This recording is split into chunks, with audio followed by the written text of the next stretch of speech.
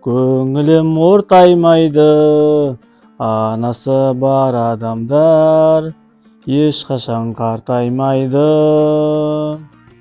Әке, әжемі сағынып қалдым, әжемге барайықшы. Әрине қызым, ендеше тату таралғымызды бірге ала барайық.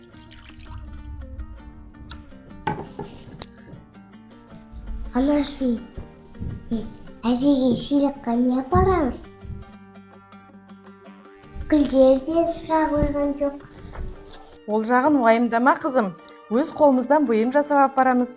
Оған сіздің де көмегіңіз керек. Әрине, мен де көмектесем ғой. Қызым, қазір біздер әжеңе арнап бұйым жасаймыз. Сенің әжең қызғалдақ гүлін жақсы көреді. Қызғалдақтардан пано жасаймыз. Пано жасау үшін бізге әртүрлі түске боялған жіптер, жүндер қажет болады.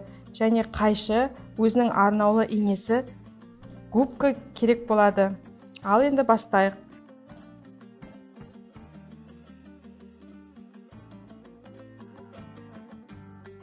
Қызым, маған келші. Мына жақтауға көмегің керек. Ұстай тұршы.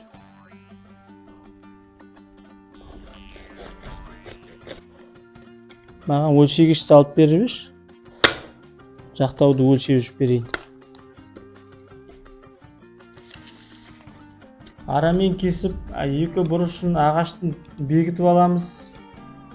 Содан кейін оны оюмен көкейтеміз. Мына оюдың атын білесің бе, қызым? Иә, білем. Осқар мүйіз. Әкен ағасының қай түрі? Ой, жарайсың, қызым. Сен мына ағаштың түрін білесің бе? Иә, білемін. Көктерек, шырша, емен. Ой, жарайсың, қызым. Ағаштың пайдалары көп. Бізде ата-бабаларымыз ағашпен көне заманда осындай кеселер жасаған. Мынадай үлкен астау ағаштар жасаған. Бұлар табиғи өнім. Мінекей, жақтауымыз да дайын болды. Керемет шыққан екен. Қане, мына бұйымызды орналастырайық.